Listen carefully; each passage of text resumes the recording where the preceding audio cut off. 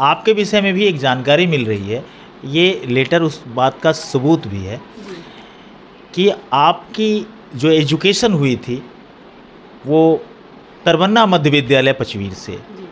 और वहाँ की जो शिक्षिका हैं, प्रधानाध्यापिका जो हैं विभा रानी हैं। जी। विभा रानी जी को और आपको, मतलब एक शिक्षिका और उनकी शिष्या दोनों एक साथ एक तिथि में, एक ही वर्ष में, और जिला शिक्षा पदाधिकारी बेगूसराय के द्वारा अनुमोदित करके भेजे गए महिला दिवस के अवसर पर मान सम्मान के लिए, जिस वक्त आपको ट्रॉफी मिल रही होगी या सम्मान मिल रहा होगा, उस वक्त की फीलिंग्स को शेयर करना मैं चाहता हूँ।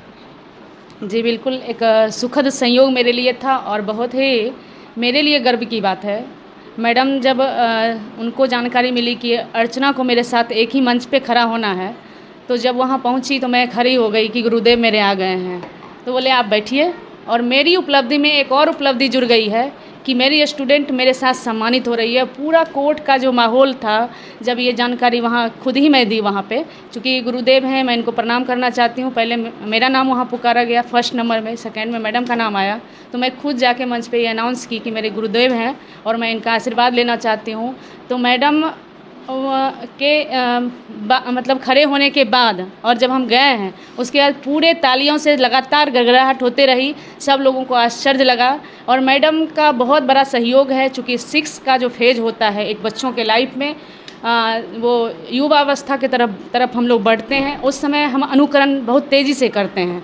और मैडम का जो हम देखे हैं उस समय, चूँकि नया ज्वाइनिंग उनका था और उनकी जो एक्टिविटी थी वो हमारे ज़हन में कहीं ना कहीं इतना मतलब अच्छे तरीके से अंकित हो गई कि मैं अपने विद्यालय में वो सब सारी चीज़ें अनुकरण कर रही हूँ जो मैडम के द्वारा वहाँ किया जाता है। और उनके विद्यालय जाने का आज तक मुझे मौका नहीं मिला। मैं कोशिश करूँगी कि उनके विद्यालय जाऊँ, और सोशल मीडिया के माध्यम से मैडम के सारी एक्टिविटी मैं देखती रहती हूँ, और आपके चैनल के माध्यम से फिर एक बार मैडम को मैं प्रणाम और धन्यवाद करती हूँ।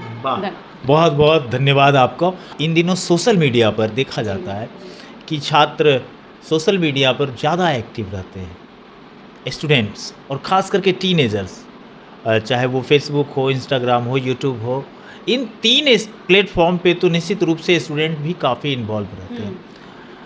तो ऐसे स्टूडेंट जिनको अभी बोर्ड का एग्ज़ामिनेशन देना है, जिन्हें इंटरमीडिएट की एग्ज़ामिनेशन देनी है, तो इन लोगों के लिए क्या सलाह दे सकती हैं? सोशल मीडिया को आप किस रूप में देख पा रही हैं स्टूडेंट के बेनिफिट में? सोशल मीडिया निस्संदेह एक ऐसा प्लेटफॉर्म है जहां बच्चे हर तरह के ज्ञान ले सकते हैं। इसमें कोई डाउट नहीं है कि वो गुड होगा या बैड होगा। बच्चों के ऊपर निर्भर करता है कि आप कौन सा ऐप ज़्यादा से ज़्यादा आप देख रहे हैं। जो आपके हित में कई सारे ऐसे प्लेटफॉर्म हैं, कई ऐसे चैनल हैं जो आपके पढ़ाई से भी संबंधित हैं। बच्चे के ऊपर निर्भर करता है कि आप उस चीज़ को किस अनुसार अपना रहे हैं। और जब सोशल मीडिया की बात आती है तो बच्चे निस्संदेह आजकल इंस्टाग्राम, ये सब रील्स वगैरह में ज़्यादा इन्वॉल्व हो रहे हैं। आपके चैनल के माध्यम से मैं ये एक एग्जाम्पल, सीधा एग्जाम्पल देना चाहती हूँ कि कोरोना के समय में हमारे घर के भी बच्चे सोशल मीडिया, उनके पास भी मोबाइल आ गया, लेकिन वो उस मोबाइल का सही उपयोग करके अपने पढ़ाई को और एक्स्ट्रा वो उसमें कर पाए। इसलिए कि उस समय स्कूल बंद था, टीचर आ नहीं रहे थे, ट्यूशन बंद था, कोचिंग बंद था, लेकिन मैं वहाँ जो फेस की थी तो बच्चों के ऊपर निर्भर किया। उतना मुझे भी सारे ऐप के बारे में जानकारी नहीं थी। बच्चा खोजी होता है और मोबाइल को बिल्कुल लगातार स्क्रॉल करके, क्योरा है और सारा प्लेटफॉर्म है, रेडिट है, उस सब वैसे प्लेटफॉर्म पे वो पूछ भी सकते हैं। IITians जुड़े हुए हैं, उसमें कई सारे IAS जुड़े हुए हैं। वो लगातार उससे पूछ रही है कि हाँ, आने वाले समय में और इस पेंडेमिक में हमको क्या करना है। तो वैसे प्लेटफॉर्म हैं जहां बच्चों को समझाया जा सकता है, उसको एक विजन मिलेगा। लेकिन अभी एक प्रचलन चल गया रील्स बनाने और देखने का। तो मैं आपके माध्यम से कहना चाहती हूँ कि आप के पास मोबाइल के माध्यम से पूरा दुनिया आपके हाथ में है।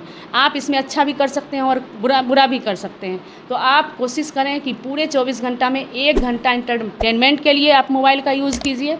बाद बाकी आप उसको उससे एजुकेशन भी ले सकते हैं। उससे कई सारे ऐसे चैनल हैं, आप यदि एक टॉपिक डालिएगा तो तुरंत उस पर आपका आंसर आ जाएगा।